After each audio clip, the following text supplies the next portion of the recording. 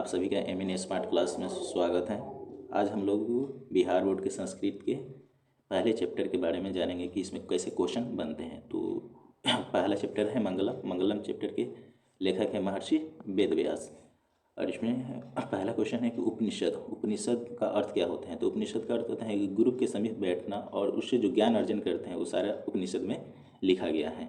और ये जो मंगलम पाठ है वैदिक वर्णमंडल के अंतिम भाग से लिया गया है, जो दर्शन शास्त्र के सिद्धांतों को क्या करता है, प्रदर्शित करता है। इसकी महिमा गाई जाती है तो परम पुरुष परमात्मा की महिमा गाई जाती है। मंगलम पाठ में मंत्रों की संख्या कितनी है, तो 5 है। हिरण्यमेन पात्र ने जो श्लोक है वो ईशावास्य उपनिषद से लिया गया है। और अनोनहियान महतो महीनो जो है कठ उपनिषद से लिया गया है। सत्य में जयते, सत्य की जीत होती है असत की नहीं, यह मुंडको उपनिषद से लिया गया है। और नानिरितम का अर्थ होता है कि असत की नहीं।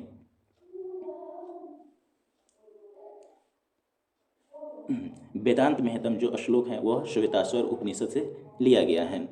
और उपनिषदों की संख्या कितनी है, टोटल 108 है। और क्वेश्चन पूछेगा कि प्रारंभिक उपनिषद कितने हैं, तो प्रारंभिक उपनिषद 13 है। छोटा से छोटा, महान से महान और बड़ा से बड़ा क्या है, तो आत्मा है। और आत्मा जो है मनुष्य के हृदय रूप गुफा में स्थित है। नेक्स्ट है कि नदियाँ और विद्वान में क्या समानता है। तो जिस प्रकार नदियाँ अपने नाम और रूप को छोड़कर किस में मिल जाती हैं, समुद्र में मिल जाती हैं, उसी तरह आदमी अपने विद्वान जो पुरुष होते हैं अपने नाम और रूप को छोड़कर परमात्मा से मिल जाते हैं, अर्थात ब्रह्म से मिल जाते हैं। यह जो पाठ में है मंत्र जो है संकलित है पद के रूप में, मतलब कविता के रूप में। सत का मुंह किसे ढका गया है, तो हिरण्यमेन पात्र सोने के बर्तन से। छोटा से छोटा और महान से महान क्या है, आत्मा है। और ये मनुष्य के हृदय रूपी गुफा में स्थित रहती हैं। कौन लोग आत्मा को देख पाते हैं, तो साधु लोग आत्मा को देख पाते हैं। अब दूसरा चैप्टर है पाटलिपुत्र वैभव। तो पहला क्वेश्चन है कि पटना का इतिहास कितना वर्ष पुराना है, तो 2500 वर्ष पुराना है। 2500 वर्ष का संस्कृत होता है सहस्र दैवर्षम। यहाँ कौन कौन विदेशी यात्री आए थे, तो मेगास्थनीज आया था, फहियान आया था, हैंसांग आया था, इतिसंग आया था। कुटनीमत काव्य के लेखक कौन है, तो दामोदर गुप्त हैं।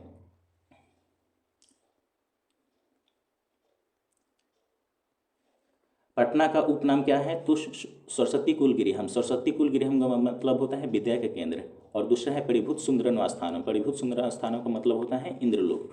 यहाँ पर कौन बहुत बार आए थे, तो भगवान बुद्ध आए थे। और उन्होंने भविष्यवाणी की थी कि यह जो पाटलीग्राम था, उस समय वह पटना नहीं था, वह पाटलीग्राम था, एक गाँव था।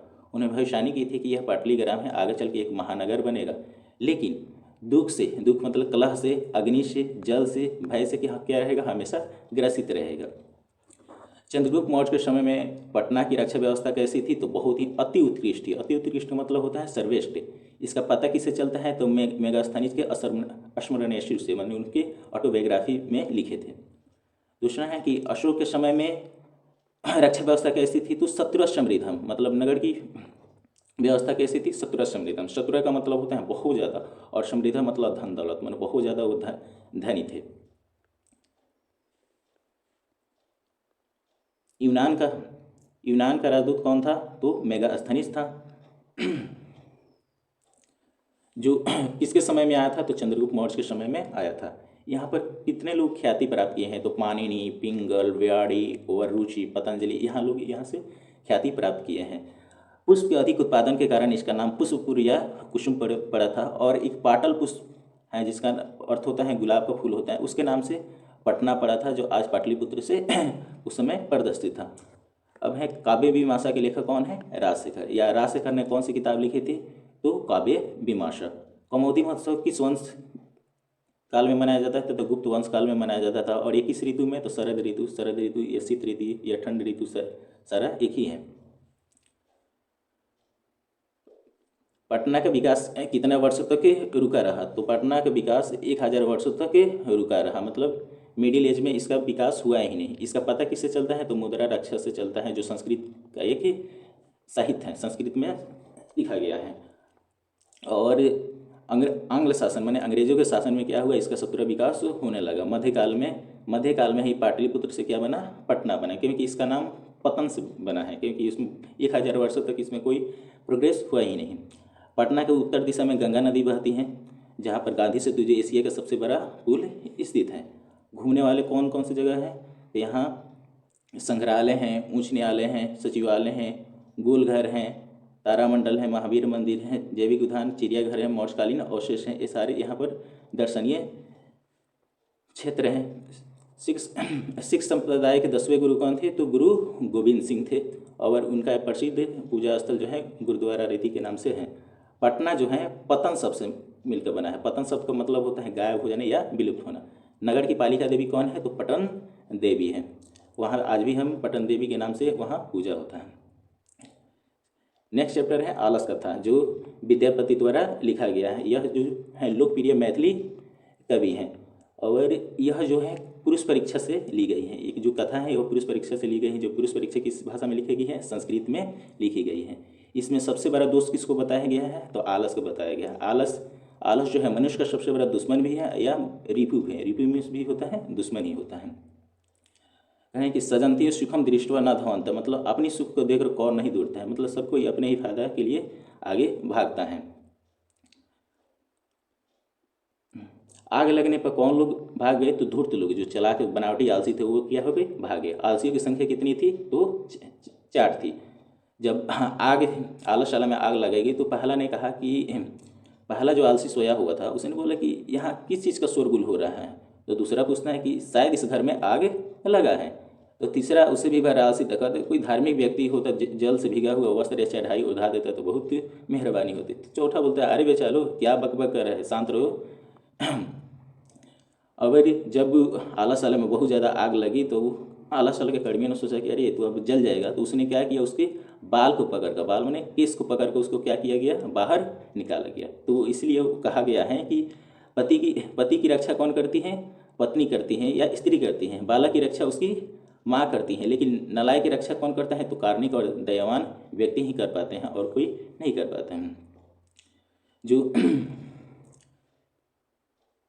मिथिला के मंत्री कौन थे? तो मिथिला के मंत्री वीरेश्वर थे, जो स्वभाव से कैसे थे? तो बहुत ही ज़्यादा दानशील थे और कार्मिक व्यक्ति थे। आलसशाला में आग किस लिए लगाई गई थी? तो आलसियों की परीक्षा लेने के लिए लगाई थी। और किस समय लगाई गई थी? जब वह सो रहे थे तब। तो जब सो रहे थे तो जो बनावटी आलसी थे वो क्या हुए? छोड़कर भागे। और आलसशाला में आग लगने का अधिक क्या हो रहा था? धन खर्च हो रहा था, क्योंकि कुछ बनावटी आलसी क्या कर रहे थे? उसमें आकर वो भोजन अर्जन कर रहे थे। अब है नेक्स्ट चैप्टर संस्कृत साहित्य लेखिका का। अब पहला क्वेश्चन है कि समाज की गाड़ी किससे चलती है? तो समाज की गाड़ी पुरुष और नारी दोनों से मिलकर चलती है, दोनों का बैलेंस होना चाहिए। और संस्कृत साहित्य को किसने आगे बढ़ाया? तो कवि और शास्त्रकारों के द्वारा इसको क्या किया गया? आगे बढ़ाया गया। ऋग्वेद में ऋषिकाओं का जो वर्णन मिलता है, कितनी ऋषिकाओं का वर्णन मिलता है? तो 24 ऋषिकाओं का वर्णन मिलता है। और अर्थवेद में 5 ऋषिकाओं का वर्णन मिलता है, जिसमें यमी, अपाला, उर्वशी, इंद्राणी, वाग्भृंगी इत्यादि का वर्णन है। वेदों की संख्या कितनी है? तो 4 हैं, ऋग्वेद, अर्थवेद, सामवेद और अर्जुवेद। बृहदारण्यक उपनिषद में जो है याज्ञवल्क्य की पत्नी जो होती है, जिसका नाम था मैत्री था, वो उसका विचार कैसा था? तो दार्शनिक ही विचार था।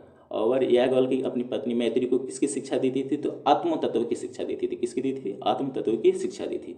उपनिषद का अर्थ होता है गुरु के समीप बैठकर ज्ञान लेना। जनक की सभा में प्रमुख लेखिका कौन थी? तो गर्गी थी और वाच्य कण्वी थी। लौकिक साहित्य में कवित्रियों की संख्या कितनी है? तो 40 है और उनकी कविताओं की संख्या 50 है। इसको ध्यान रखेंगे कि कवित्रियों की संख्या पूछे लौकिक साहित्य में तो 40 था और उनके सब 40 के द्वारा लिखी गई जो कविताओं की संख्या है वो क्या है? 50 है। इसमें जो सबसे इम्पोर्टेंट है जो लेखिका है वो है विजयांका, जो नीलकमल के नाम से क्या है? प्रदर्शित है।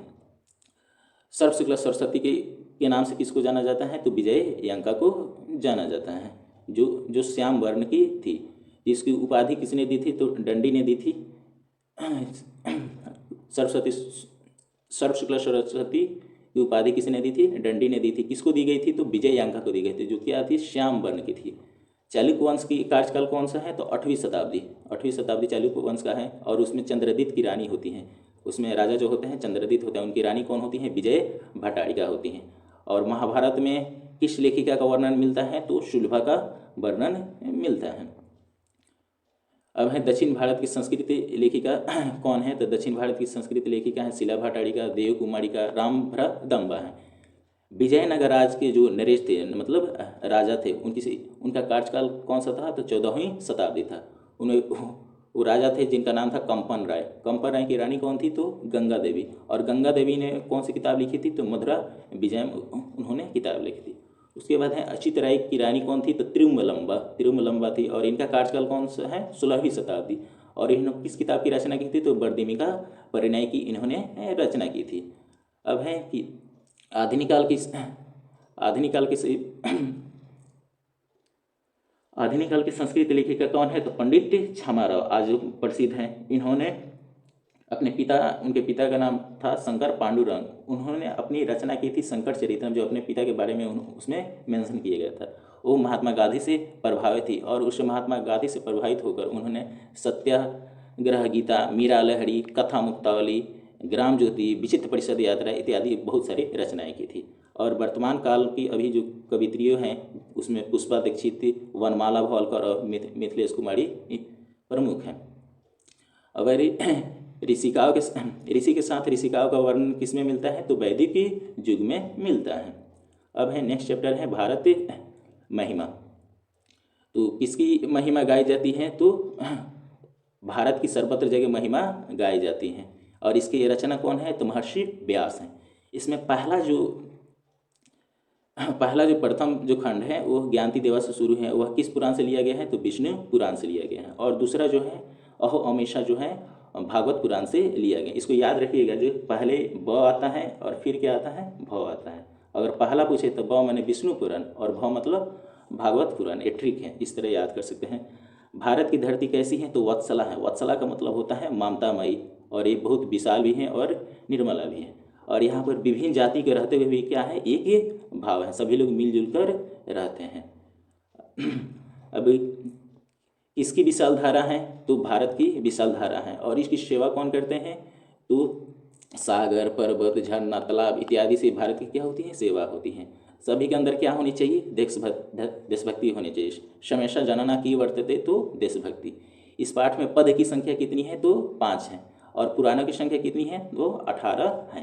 के गीत गाने, कौन गीत गाते हैं? तो देवले गीत गाते हैं। भवंती भूय पुरुषा, तो सुरत्वाते। यहाँ पर कौन लोग प्रसन्न होते हैं? तो हरि लोग प्रसन्न होते हैं।